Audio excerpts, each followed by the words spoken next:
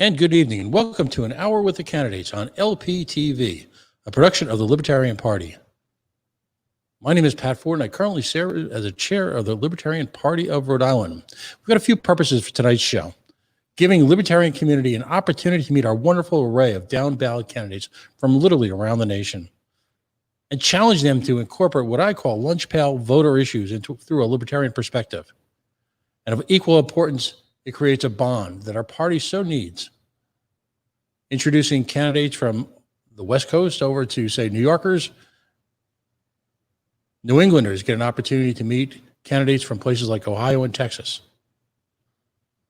And so joining us tonight are two wonderful congressional candidates, both from the Empire State, the great state of New York. Joining us for the first time is Kevin Wilson. He is a candidate for the New York 25th Congressional District. Kevin, why don't you join us, and welcome to An Evening with the Candidates. Hi, Pat. Thanks for having me. Absolutely. Kevin, tell us a little bit about yourself. The question we always ask, there's a couple of standards in every show. We're going to always ask folks what that epiphany was, that libertarian moment in their lives. And then we're going to allow them the opportunity at the end of the show to engage in what we call shameless self-promotion, giving an opportunity to donate to their candidacy, support their candidacy through volunteerism, giving an opportunity for you just to play a role in every candidate around the country. So, Kevin, tell us, what was your libertarian moment? So I like many people, I'd kind of started in the old parties. I thought that was the way to go. I was like, all right, I got to pick a Republican or a Democrat. That's what I got to do. So I started getting into politics. I leaned towards Republican for a little bit, but these guys kept talking about small government. They kept talking about lower taxes. They kept talking about, how we need to leave people alone, but that didn't work out in policy.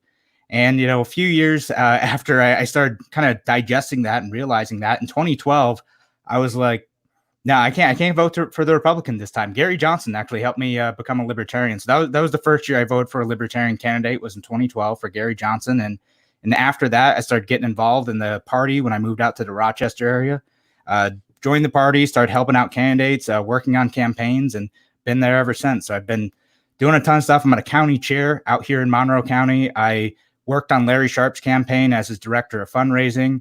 And this time around, we really felt like it was important to have a candidate running for Congress in this district. We felt like we had a great message to bring to this district. Almost had someone else step up and run, and he had to drop out. And then I saw the opportunity. I was like, all right, we need to have someone here. We need to have someone delivering a libertarian message. I've got to step up. I keep trying to get candidates to run for office. It was my turn. Excellent. Tell us about your district. You talk about Rochester, New York. For folks who aren't familiar with the great state of New York, there are two or three very distinct regions in New York. It could be two or three states independent of each other. And I get the sense there's times they wish they were. But, Rochester, New York, Rochester is a wonderful university town. It's closer to the border than most people would think. The last time I was in Rochester, I was frisked, if you will, and given the search by the guys in the green uniforms. Yes, in Rochester, the Border Patrol has pretty much free reign over the entire city, which is, of course, unfortunate. But give us the layout of your district, its economics, what type of split between rural and, say, an urban core. Give us kind of a virtual tour.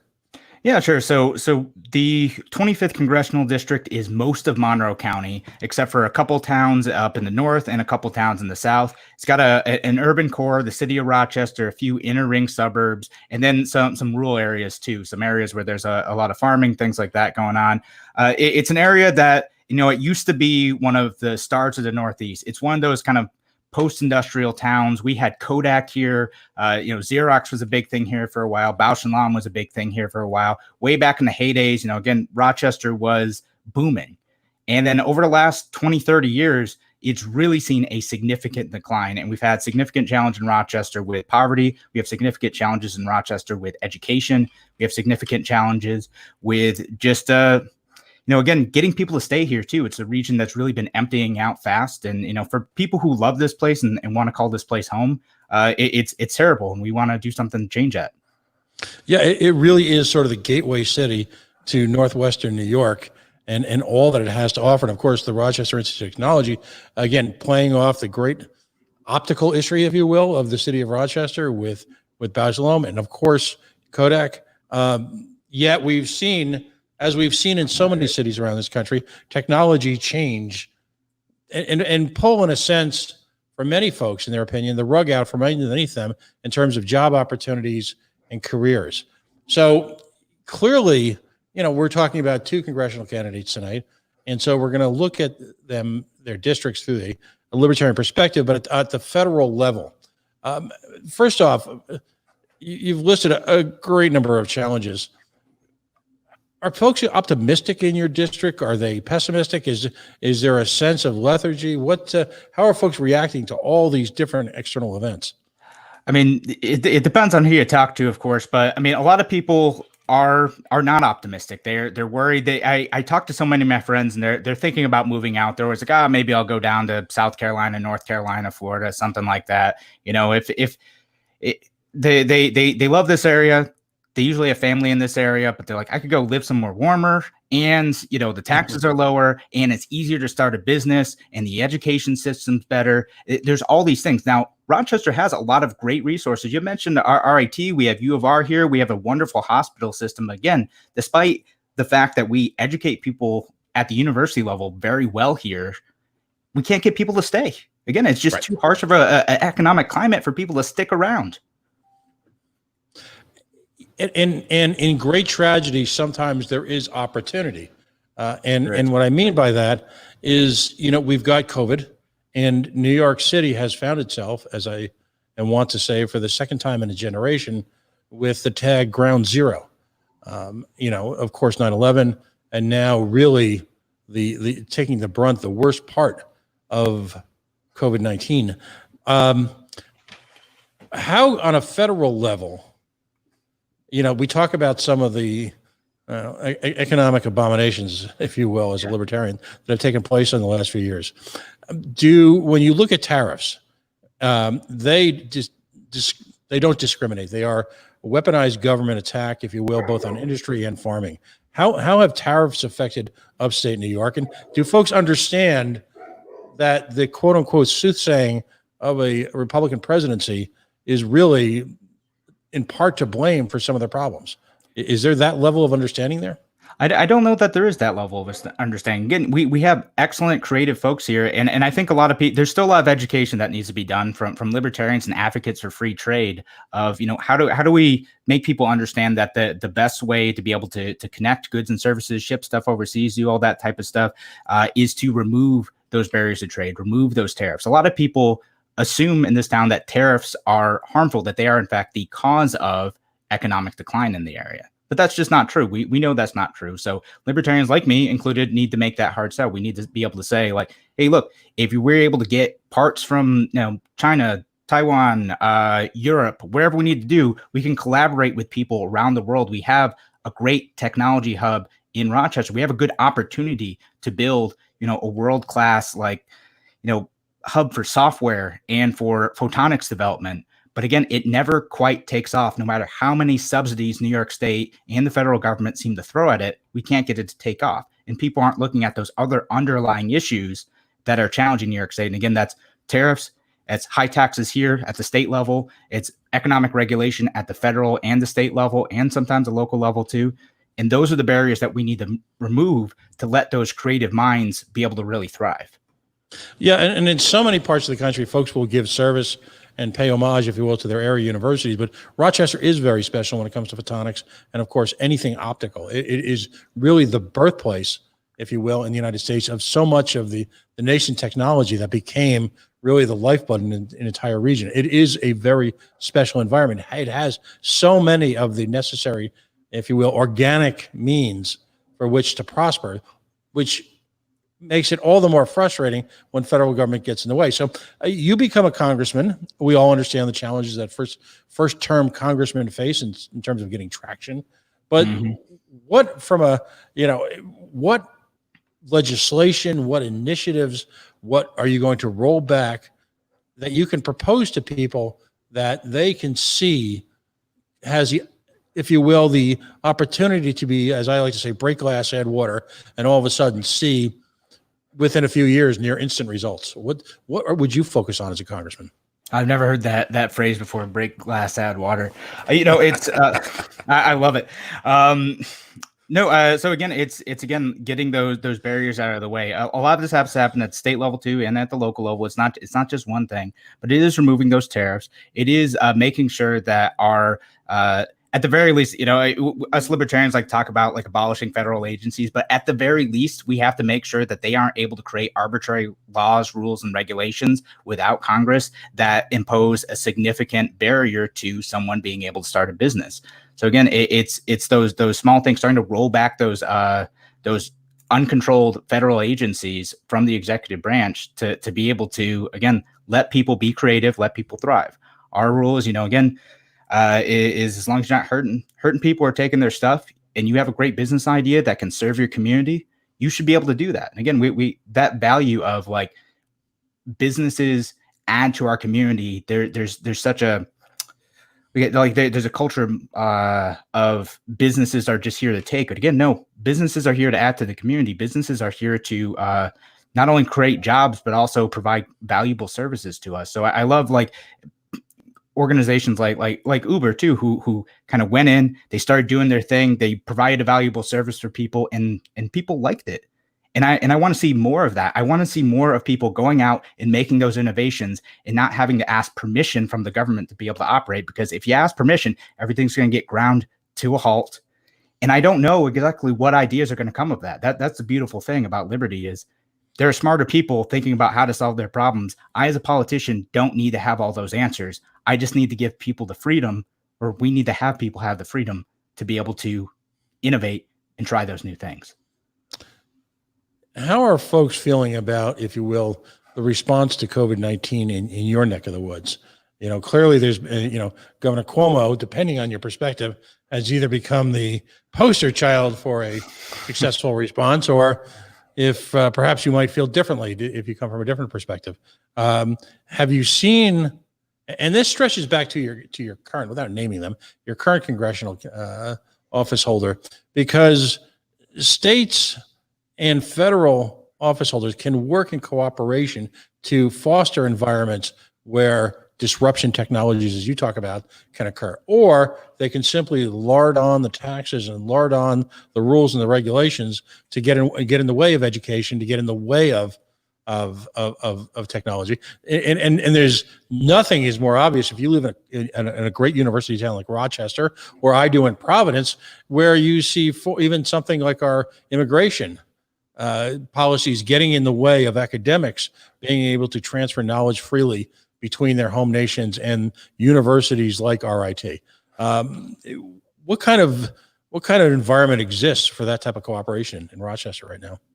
All right. Well, so there's a lot going on there, and I will say something about immigration. I have friends who are engineers who are immigrants from other countries, and they just want to come here. They want to work. They want to add value. They love being in the United States, and to see our federal government continue to put restrictions on them just to make their life difficult is abhorrent. And it's beyond frustrating to me, because again, these are people I know. These are members of the community who are adding value both at like the economic level and the social level.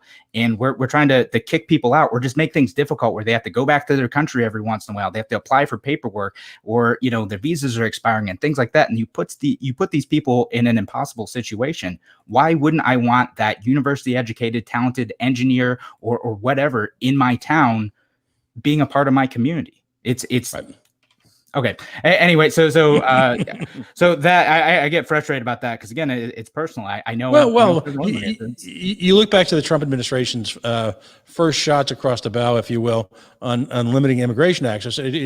Trivia here: if you don't live in a university town, you might not get this, but it occurred right over the Christmas holidays after that first year, and you literally had the spectacle of foreign engineers, foreign teachers, foreign academics, foreign innovators literally being caught in their home countries in sort of this not unlike Tom Hanks in that airport movie. It was terrible. They had commitments to come back to teach and to study and to be teaching assistants and to do research. They're from around the world. They're an integral part of our economy. They bring us value, and to see them treated like that was just it was horrific. So you're right. You're right to be frustrated on that. And I would say to all libertarian candidates, that is an issue of great contention that should be I feel should be elaborated on, particularly if you're involved in a federal campaign. So I get it completely where you're coming from. But in terms of commerce too, is there effective, if you will, at helping business people sort of go through these Byzantine chambers in order to get funding? Even now during COVID, when money is being printed left and right, what opportunities do they have up in your neck of the woods, if you will, to take advantage of this, to try and maintain their businesses? Yeah, I mean, it's incredibly tough for a lot of business owners, and I've seen, again, my friends and neighbors who are worried that they're not going to be able to stay in business.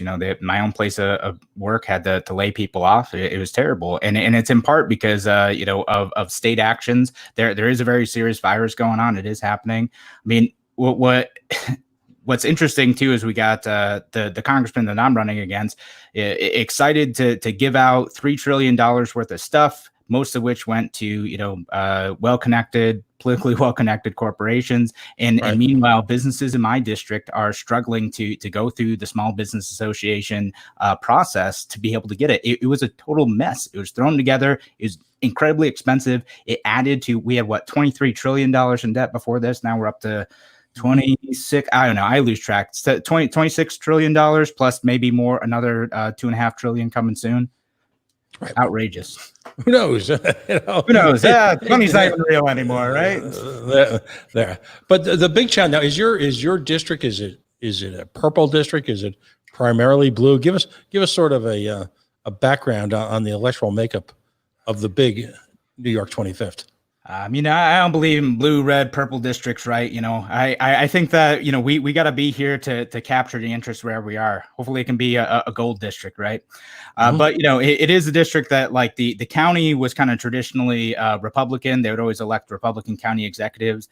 The congressional seat, which got changed significantly after the last census, has been a Democrat for 30 years. The woman in there, Louise Slaughter, was there until she died a couple of years ago, and then that's when the incumbent got elected, and that guy was that majority leader in the New York State Assembly.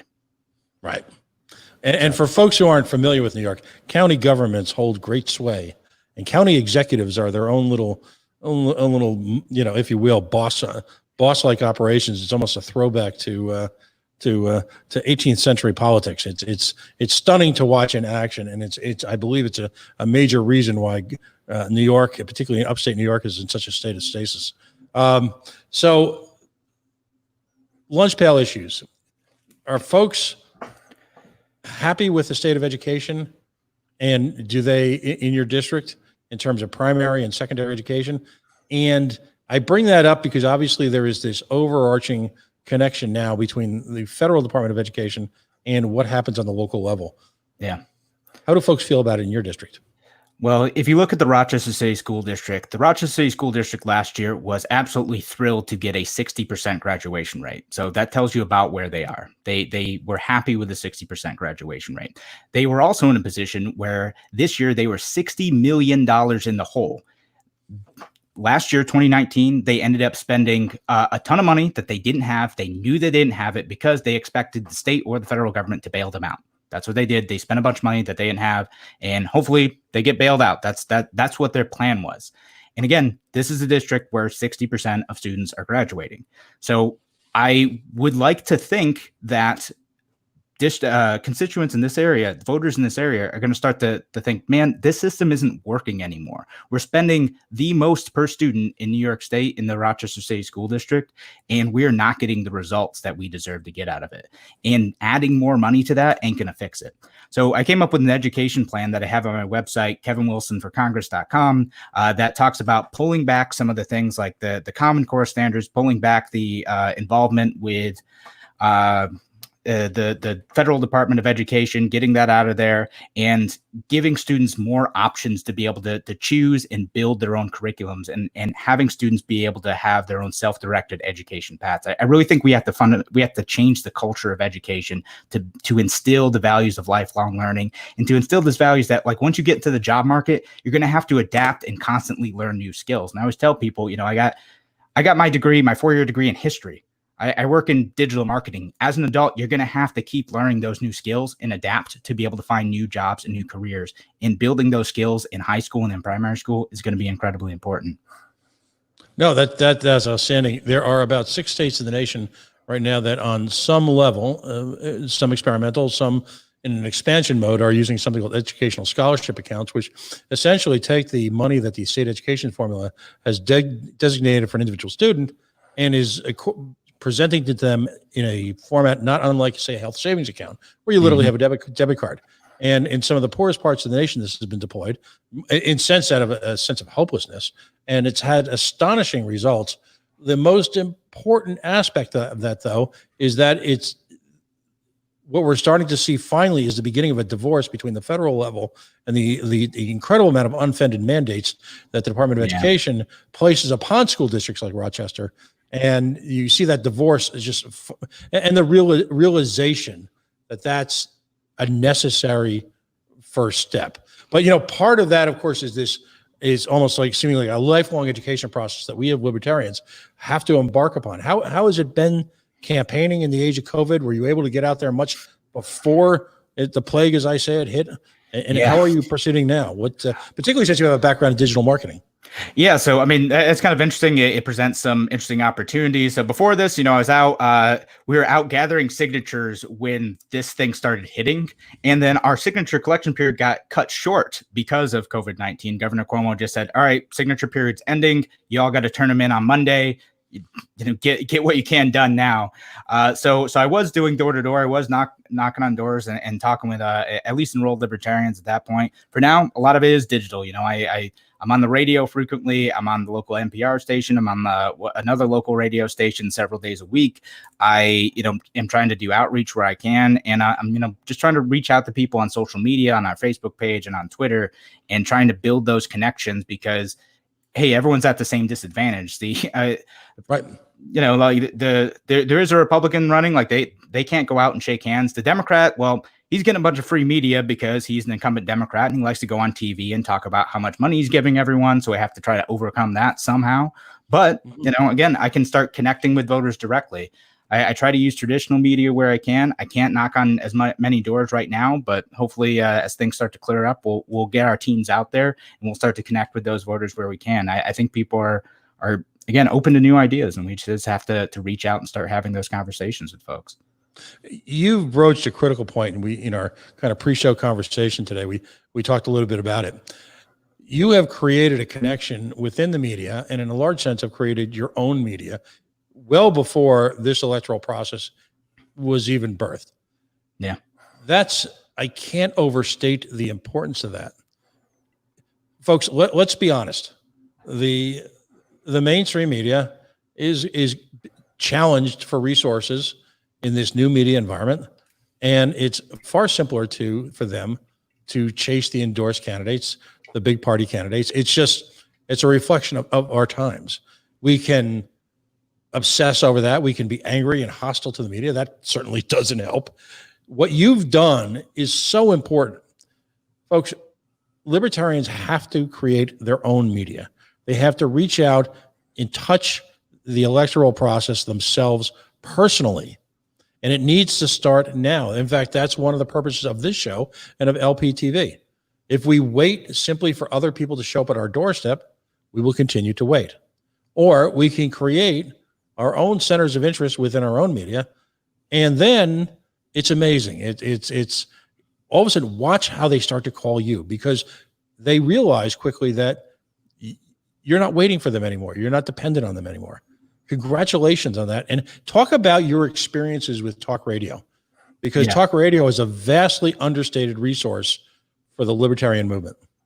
Yeah, I love it. And yeah, Pat, it's such a great point. Again, we have to keep building our own media. Things like this are awesome. You know, I'll say my friend Larry Sharp is out making his own shows too. And then I'm on, you know, again, a station out here in Western New York, WYSL, and I'm syndicated on WACK and WENY down here. And we make our own content, and we have, you know, we try to deliver that libertarian message, and we try to educate people on thinking outside the box, thinking outside of the two-party paradigm, and bringing a new perspective to contemporary politics. And again, we just have to keep doing that. We're starting to build audiences. We're starting to see a bit of traction there, and it's really great. And if you're listening to this show, I encourage you to try to do the same thing. They're podcasting networks of libertarians being built up right now. Start getting in, start talking, start practicing, start building that up. See if you can get on a local radio station. A lot of these small stations do. They're looking for content. They want to do something. Start building those connections. Start doing it now. How many people do you feel, and I know that you've got an interesting market there. You've got a big city. You've got a significant rural presence. How many people do you think you feel you meet, whether it be in the analog environment, in radio, or even say the digital environment, per week? How many people do your radio shows actually reach out and connect with? Oh goodness, I should know this offhand, and I don't. Ballpark. I know, right? So each episode the show's Radio Free New York. Each episode gets a few hundred views, so that's maybe a couple thousand views each week off of there. Some people are viewing the whole thing. Some people are just sitting in for a bit. We get few dozen listens on our podcast as well. And then on the radio networks, WYSL covers a listening area of about 1 million people. So we probably have a few thousand listening on any given week, plus smaller stations that are out a little west Wayne County, just a little bit or a little bit east of the Rochester area, and then down in the southern tier going into Pennsylvania. So that's probably another few hundred to a few thousand people, again, give or take, depending on the week. And hopefully we're interesting enough to keep people's interest while they're riding in their car or doing whatever. And we're on noon to 1 right in the middle of the day too. So 5 days a week. And I want to point out, no one knows better than I the amount of sweat equity is involved in creating that programming. It's laborious and a blast at the same time. But ultimately, and here's the key, a lot of it's free. Earned media is simply our pathway to success. Getting on to creating our own media, creating that creative tension, but also getting onto mainstream media, whether it be through talk radio, whether it be starting from a caller to someone who then grows into someone who's actually running a show. I can't stress enough how important that is to organically creating an understanding and an awareness of candidates like you. So congratulations on that. We've got just a couple of minutes. This is what we talk about in terms of shameless self-promotion. How can folks find out more about you? And how can, now that things are lightening up a little bit, folks, let's just say if everybody in Libertarian Nation gave up $1 $3 coffee this week and instead contributed to a down ballot candidate, and I hate that word down ballot, but to a congressional candidate, to a mayoral candidate, to a town council candidate, imagine what kind of whirlwind we could create. How can people send you the do-re-mi, buddy? Absolutely. So right there on the screen, kevinwilsonforcongress.com. Go there. There's a donate button. So go to that website, kevinwilsonforcongress.com. Make a donation. Every little bit helps. And again, we're trying to put a digital strategy first this campaign. So a lot of that's going to be really, really important for connecting with voters. And we're excited. We have local candidates around here too. We're all trying to work together to elevate each other's profiles. We're excited about our presidential candidate. We're excited about Joe Jorgensen and Spike. And not for nothing, by the way, too, our ballot access in New York may end up depending on votes for president as well. So we're all in this together. We're all in this to try to make sure that we can make a huge impact in this race, in this district, in this state. So every little bit helps. If you donate $10, $20, $1,000 if you're feeling fun, donate that, kevinwilsonforcongress.com. I would appreciate any support you get. This helps me get in front of more audiences too. If you think that I am good at delivering a message, I would love your support. Kevin, congratulations on an outstanding effort. And we're going to be watching this very, very closely. We're going to take a quick break for a second. If you're just joining us, we are an hour with the candidates, if you will. We broadcast once a week, Friday nights at 8 p.m. Eastern time on LPTV. Please share and like it with your friends. If you're interested in joining us, reach out to us via the Facebook page or the email, hourwiththecandidates@gmail.com. hourwiththecandidates@gmail.com. We're thinking about going to a second night per week now that we actually get into the electoral season with the, if you will, the announcement of our great presidential and vice presidential candidates. And by the way, next week, I'll remind you at the end of the show, Ted Brown from the great state of Texas will be amongst our guests. Let's bring on Victoria Alexander. She's running again as a congressperson for the United States House of Representatives New York 19. Ms. Alexander, welcome to An Hour with the Candidates. Hi, thank you. Thank you for having me. Now, first thing, I've just got to ask you, because I find this fascinating. You are a published author. Just give us a minute or two about that.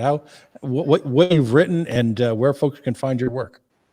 I'm a philosopher of science, and so I've got a couple of works out. I work in the area of complex systems science, which is actually related to why I have become interested in politics. Complex systems science it teaches you that a decentralized form of government is smarter, provides more robust systems, more resilient systems. And so it was my work as a complex systems researcher that led me to the Libertarian Party and the idea of free markets and smaller government. I'm also a literary fiction novelist too. Mm-hmm. So I have two careers. No, that's outstanding. I think one of the great ironies is, and please correct me if I'm wrong on that, a certain former mayor who had a brief tortured run for the presidency, ironically, when he first assumed the mayoralty in New York post 9/11, took a similar approach to looking and analyzing a government. And by the time he was done, he was taxing big gulps. So this is what happens to even the best of intentions in government, as we say here on LPTV. Tell us about New York 19, the big New York 19. How is it structured? How is it made up? What's the look and feel of it, the economies of it, the people? It's a huge district. It's 9 counties, and it's mostly rural, but it's got Poughkeepsie and Albany kind of carved out of it. And it's a swing district. It will flip back and forth between Democrat and Republican. And so I think that means that a libertarian has a very good chance of appealing to voters. Mm-hmm. What is there a county seat, as they say? What is the big city if they've managed to? Poughkeepsie is the big city, but I suppose the Rhinebeck area is probably the most populous, and most voters come from Ulster County, which is just over the river. So there's a huge population along the river, Dutchess County and Ulster County. And then a lot of the counties further to the west are, kind of left out of the picture a lot, unfortunately. And those counties really need a lot more attention in terms of lower taxes and more representation. I've spent a lot of time on the road in upstate New York, and I mean everywhere. In what a lot of folks, again, since they take such a Manhattan-centric, Brooklyn-centric, 5-borough-centric view of New York State, and then there's a recognition that there's Albany and all the twisted corruption that's up there. Sheldon Silverstein, anybody? So folks are familiar with that. And of course, when you get out to Rochester and Syracuse, but in between there is this first of all, it's just a beautiful place, a beautiful part of the state, beautiful part of the country. But it has become, from my sense, sort of a forgotten land because it doesn't have the big universities. It doesn't have, and again, these are the times when districts like that are just seemingly ignored. What is the connection like between the delivery of government services, if you will, I can dignify it with that term, and the relationship with the people of your district? Well, first of all, let me answer the one question. Yes, Saugerties is in my district, and I probably will be going to the Garlic Festival. I'm not sure when it is. When is the Garlic Festival? By the way, I just got back from Russia. I spent the last 4 months in Russia as a Fulbright scholar with the U.S. State Department. The U.S. State Department's program with the Fulbright is to use academic and intellectual exchange as a path to peace. And so I'm very proud of the work that I did for the U.S. State Department and improving the relationships between the United States and Russia, which is very important that we don't start any kind of wars with this nation. So last election season, I I toured around my district, and I went up to, say, the deposit area for the Lumberjack Festival, for instance, and I spent 2 very, very hot afternoons getting signatures and talking to people, and they are just so starved to have someone interested in them and to hear about their situation. No one visits way up there. There aren't enough voters. They're too spread out. And mainly the issue is taxes. And also the towns themselves are poor. The municipalities don't have enough money. And so the most important thing to me in my campaign is talking about monetary policy. We learned recently with the CARES Act that the U.S. government can just pull a few $1 trillion out of the hat. Right. The idea that we have to pay taxes in order to give the government revenue is a lie. The idea that the Federal Reserve can just create the money that it wants to give to Wall Street banks to loan out at low interest, while other people, you and I, have to pay higher interest rates. The money system is corrupt. Our monetary policy isn't working for the people. Ron Paul was, of course, my first libertarian hero, and the work that he has done educating people about the Federal Reserve is invaluable. So many people woke up to that. And so power is concentrated in the people who have the ability to create dollars. And I've been working on monetary reform policies fashioned after the American Monetary Institute, which is located here in New York. They also have quite a group in Chicago. But instead of backing the US dollar with debt, which is how it's backed now, the US dollar could be backed with assets. So a fiat dollar is not created unless it's used to build some sort of public infrastructure, bridges, roads, hospitals. And if you did that, then the people would not have to be taxed in order to have those, in order to have that structure built. And the people wouldn't have to pay the interest on the loans to build that infrastructure. And then as the people use the infrastructure, they pay user fees and they pay that money back. So we have it backwards. The idea that we have to tax the people in order to build infrastructure, we don't need to do. We can build the infrastructure first and then charge the people to use it. We don't need to tax everyone in order to provide services for some. And so everyone needs to start talking about monetary policy. Where does money come from? How is it actually created? Because that's at the root of all the corruption. Who has control of the monetary system?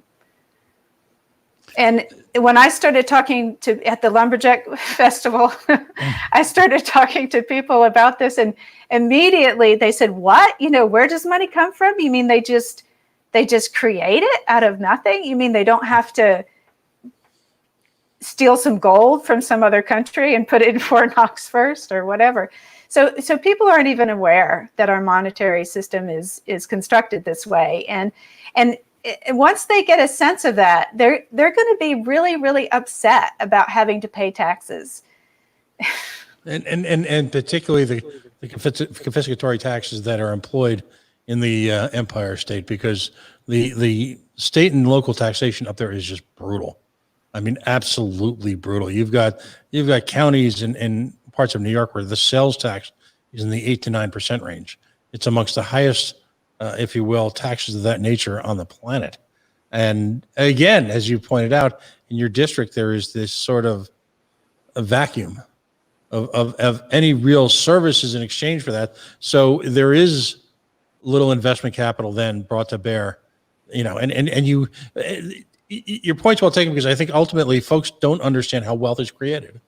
They simply don't. And in the absence of that, in the absence of a fundamental understanding or economics, all of these great lies can then be perpetrated on them.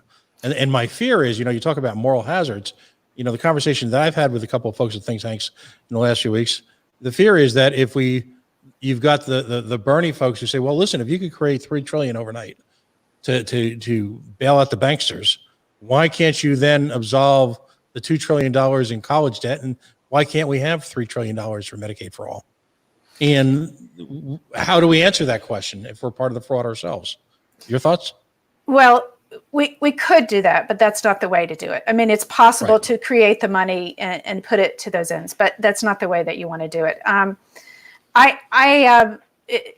on my website. I talk about what we could do for a healthcare system.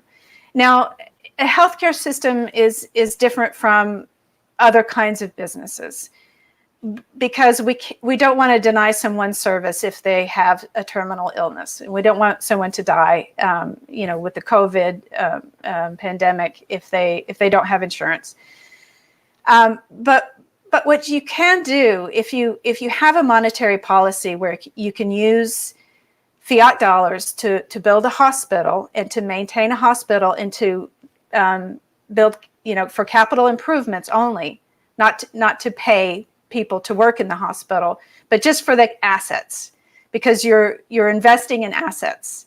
Mm-hmm. So now the public owns a beautiful, wonderful public hospital. And when people come to use the hospital, they pay out of pocket. They pay out of pocket for the services that they need. And that way, the people who take care of their health are not subsidizing those who don't take care of their health. Mm-hmm. And that's something that libertarians really care about. And I think that's important because it also encourages people to take some responsibility for their health. Right now, because we have such economic disparity in this country, I believe it's necessary at this point it would be necessary to charge sliding scale fees at the hospitals. So the poorest of the people don't pay as much as those who are higher income earners. After a while, you wouldn't need to do that anymore if you had a different monetary policy. But at this point, we have such economic disparity that it would be necessary. So you come in and you pay for the services that you need up to a deductible amount that would be about what you're paying now for insurance or the government insurance or whatever. And then after that point, for the catastrophic care, then the federal government would come in, or the state government would come in and cover the catastrophic illness to prevent anyone from dying for lack of money. So how would that be funded? So the ordinary medical care, the ordinary hospital care would be funded by people paying out of pocket. So the government's not paying for it, right? You're taking the responsibility yourself. And then after you pay that deductible, then the government coverage kicks in. For that, I think it's best to get rid of most all kinds of taxes. I'm really radical in the number of taxes and the different kinds of taxes that I think that we could get rid of if we had new monetary policy. Mm-hmm. But one kind of tax that we could keep would be a tax on all the products that lead to health problems. Taxing, petroleum, recreational drugs and alcohol, cigarettes, and things like that, because those are the things that tend to lead to the health problems. And so those people that are buying those products would be, funding their own medical care should they need it later on. So, I don't envision the government having any say whatsoever on how hospitals are run. And I don't want taxpayers in another state telling New York hospitals how they should be run or what sort of medical care is acceptable. The hospitals should be run, decisions should be made by the medical professionals together with their patients and the wider community. And I see public hospitals being run like a cooperative or like a nonprofit, where everyone in the community has a say, has a vote, can decide on things. The administration and the health professionals decide on procedures, protocols, costs, prices. So with Medicare for All, you have a government-controlled medicine and you have top-down control of medicine. And I'm against that because my motto is decentralize the power. And the decisions about health need to be made by health professionals together with their patients. How do you message that to a voting public? Well, I just start off with decentralize the power and start talking about how money can be created by the U.S. government and we don't need to tax. And once you realize that, then it opens up so much possibility for the people having real power over the government. I also, my website is directdemocracyus.org because I also advocate direct democracy. And by that, I don't mean that the majority of the people, a majority of the people in the United States decide federal laws for everybody and control everybody. That would be tyranny of the majority. What I would envision is a possibility where if I were elected, my constituents would have the power to veto my vote. If there was like a majority and there was enough voter participation, they could tell me, no, I don't want you to, if my vote goes against what they want, and I could either not vote or change my vote, or I could abstain. I think it's really important that no one is able to buy my vote. And if the people have veto power over my vote, then I can't sell it to lobbyists. And you mentioned that so many politicians campaign on the idea that they're going to get into government and they're going to make smaller government and they're going to give the people more power, and exactly the opposite happens. And I'm sure if I'm elected, after a month or two, all of a sudden I'll start saying, oh no, actually we need to concentrate power and wealth even more. And you'll wonder what happened to her. And I don't want that to happen. I don't know what happens to politicians when they get in office, but something happens and every promise that they made is forgotten. And is that going to happen to me too? So I want a mechanism in place where I am not able to go back on my word. I want a mechanism in place where the people can veto my vote. And so, I don't want to be blackmailed or bribed once I'm in office. So, well, I mean, so much of that has to do with how campaign finance works. Yeah, we as libertarians, by definition, are going to have to rely more on our homegrown PACs. Interestingly enough, I did an experiment in a recent election a couple of years ago. A buddy of mine ran for a state rep, and we were very active in opposing a soda tax, a sugary sweet soda tax. A good friend of ours owns a 107-year-old company that manufactures Yacht Club soda, the finest soda on the planet. Sorry, anyone who's listening, it just is. It's better than anything you have.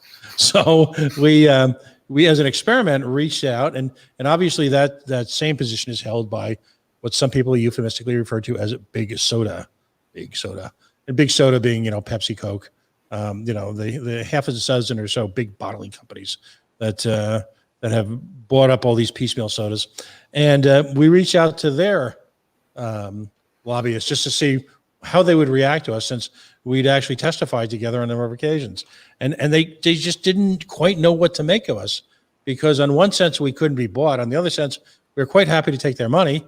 But at the same sense, it was clear that they weren't going to have their way with us.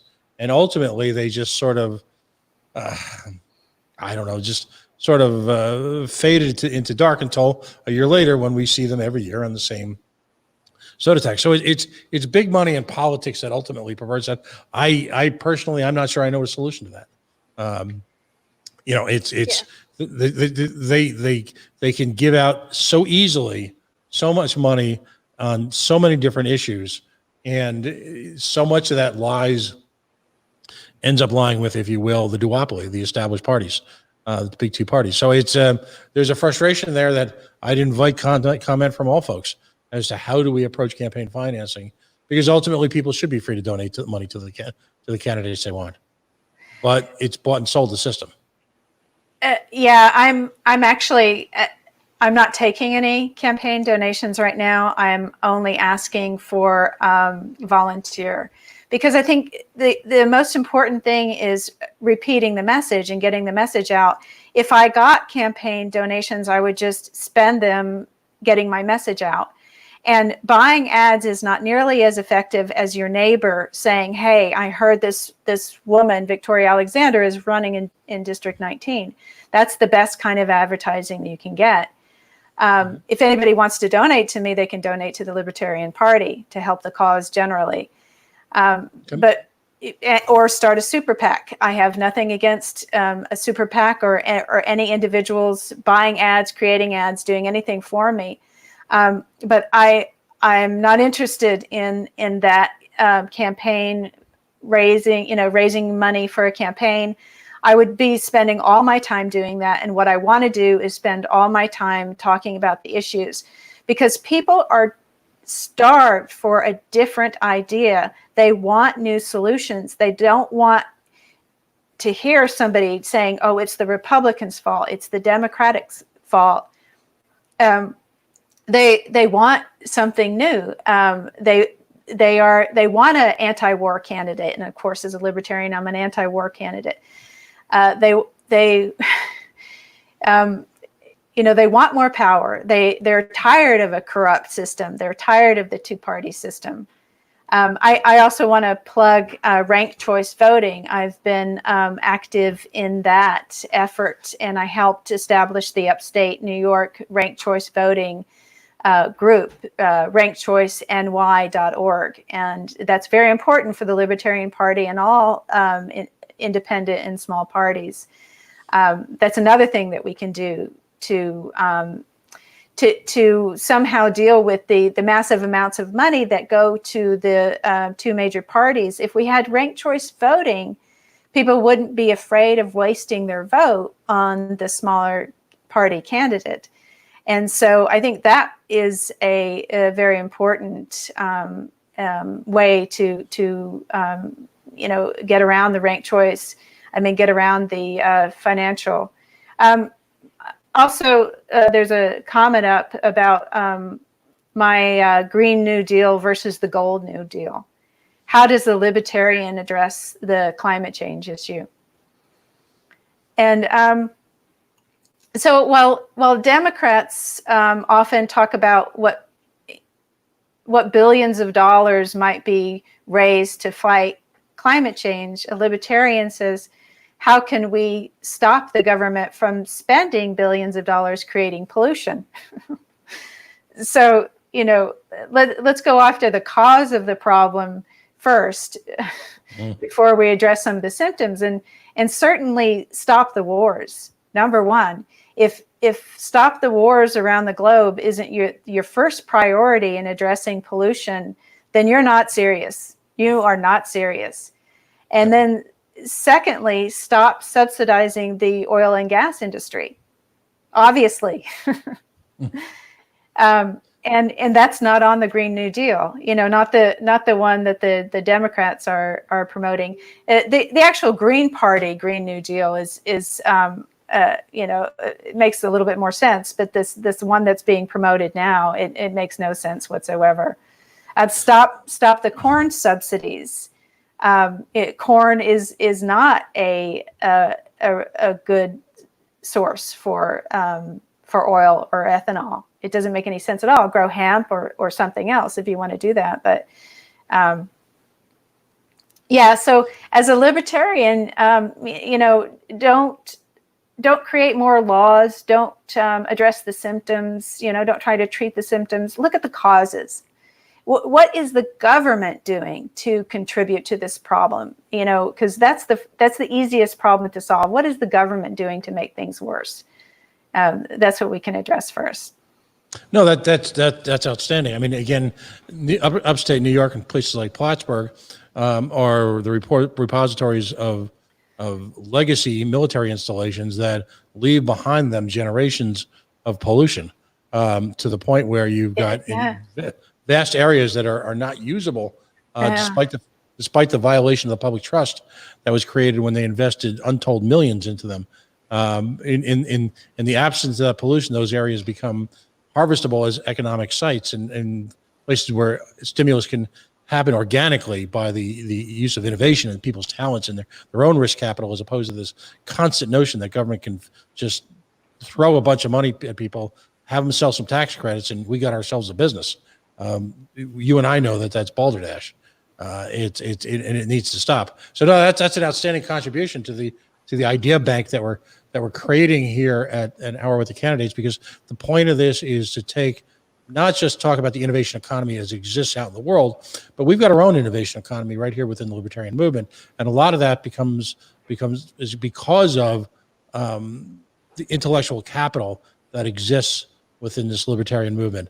And I think, perhaps unknowingly, perhaps intentionally, you've raised a valuable point. How do we harness the intellectual capacity that exists within our movement so that we can continue on a practical level, as it addresses everyday business and economic and governmental issues, as opposed to the abstract? Now, you and I talked about the economic philosophers. They're critically important. But again, how do we take this to the real world? Yeah, because we just have to talk about those issues. We have to talk about the practical issues and not bring up any of the isms at all. What are these regulations doing to small businesses? Their real life experiences. I'm almost happy in a way that the CARES Act, which is just absolutely so horrible, went through, because it has brought the subject to the people's attention. The fact that money can just be created like that. And what's been going on, particularly since 2008, where the quantitative easing started and the bailout started, what we have is not a free market at all. It's not capitalism. It's a planned economy, because the Federal Reserve has the power to create money and decide who gets it, not based on whether or not that's a viable industry. For instance, Carnival Cruise Lines was just given $50 billion, I think, a low interest loan to stay afloat. When they have no economic activity right now, when that money could have been loaned to the meat processing plants, for instance, who need to make adjustments and provide safety gear for their workers to keep producing food. I'm worried about the food supply right now. The store shelves look like they're getting kind of bare. I'm worried about that. And instead, the Federal Reserve props up this zombie company, a Carnival Cruise Line that function right now and probably won't have much of business for the next couple of years, maybe. And so it's just deciding what businesses get to survive through this pandemic. Right. And that's, that has nothing to do with how good your business is and how well you do and what kind of service or product you provide. So, Well, and let's be blunt. There was a sort of shadow quantitative easing taking place in the fourth quarter of last year, because the Trump administration, in concert with the Federal Reserve, was printing money left and right to artificially inflate the stock market. And because the Trump administration uses, for some reason, the performance of the stock market as if that's an economic indicator that is leading in any, I'll call it, working class, middle class individuals' lives. But how often have we heard Trumpers go, my 401k, not realizing that it is truly built on sand, as are the stock valuations that we've even seen in the last week or so. They bear no relationship in terms of price equity. There's just there's no there. I'm worried about people whose retirements are depending on 401ks who have lost the value when people could have been purchasing real estate or something like that, something concrete. This is a hope, but if we got rid of fractional reserve banking and banks could no longer create money to loan it out, then the banks would have to rely on savings deposits to loan them out. And then you and I could put, $10,000 in the bank and get a reasonably good interest rate on it. So that kind of investing, which used to be, so important to ordinary Americans, where they have that nest egg saved up, disappeared when, the Federal Reserve kept keeping interest rates so low, and it encouraged everybody to go into the risky stock market, where you have the boom and bust cycle, and the ordinary people lose everything, and the people who are the real players in the game, they walk away before the bottom falls out. And so, we need major radical changes. Some of them we need to go back to the way things were, and some of them we need to try radically new things. But things have got to change. We are in, first of all, it was an economic coup that just took place recently. That was an economic coup. They have trillions of dollars of cash, and as soon as the businesses start going bankrupt that have been closed down because of COVID, as soon as they start going bankrupt, they're waiting like vultures to buy up all the assets of small businesses and the middle class. It's astonishing how quickly airlines, after years of record profit, we're running a little late here, but after years of record profit, all of a sudden, within days, if you will, of some of the crackdown on travel because of COVID, where they're literally asking the apocryphal question, "Please, sir, may I have some more?" Or you want more? Well, yes. And they all broke into all the airline presidents broke into a ribald case of food, glorious food. Let's bring in both our guests here. We ran a little bit over there. Kevin, welcome back. Let's give one last chance for people to promote, again, shameless self-promotion, we call it, but to promote where folks can find out about you. And Kevin, if you have one last closing thought that you wanted to add, if you were speaking, that's something we may incorporate into the show going forward. But if you were speaking right now and you had the assemblage, if you will, of every single citizen of your district, give me a 1-minute elevator pitch as to why they should elect Kevin Wilson and just abandon this obsession with the two-party system. Yeah. So if I had the audience of everyone, and again, my call to them is that the tribes of the two-party system, the Democrats and Republicans, have failed us over and over again. They have put us tens of trillions of dollars into debt. They have gotten us into wars. They have lied to us. We are now in a situation where the police are militarized, and we're seeing mass movements of protests against it. My Democratic congressman, he's out there taking pictures, and what does he actually do to solve the problem? Nothing. He pays lip service to the problem. And that's what Republicans and Democrats do over and over and over and over again. They say, if you elect me, I will solve the problem. What they do, though, is they get together, they spend our money, they get us in the wars, they abuse us, and they restrict our ability to earn a living.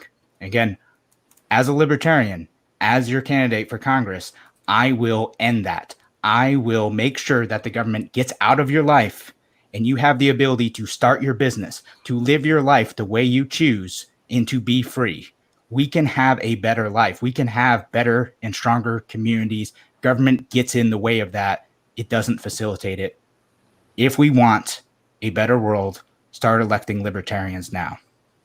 Kevin, one last shot. What's your website? KevinWilsonforCongress.com. And again, if you like what I have to say, go there, make a donation as well. I'd really appreciate your support. And Victoria, if you could, in a minute or less, just give that, somehow encapsulate that wide-ranging conversation we just had into why folks from the big New York 19 should be supporting Victoria Alexander as their congressperson? We have to decentralize the power, and the people need to take control of the monetary system and manage it, because they're taking money through taxes and they're keeping it, and they're getting rich and they're hoarding all the power.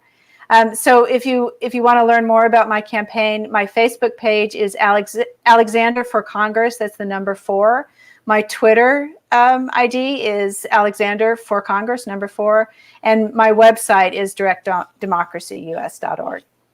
Outstanding. Folks, again, as we swim through the controversies and the challenges of an electoral season, I ask you to take a moment and ponder about the guests we've had over the last 2 or 3 months now. We've been doing this, and understand that this is the future of the libertarian movement that you're meeting here tonight and in past weeks. And it's a great future. We've got great candidates here.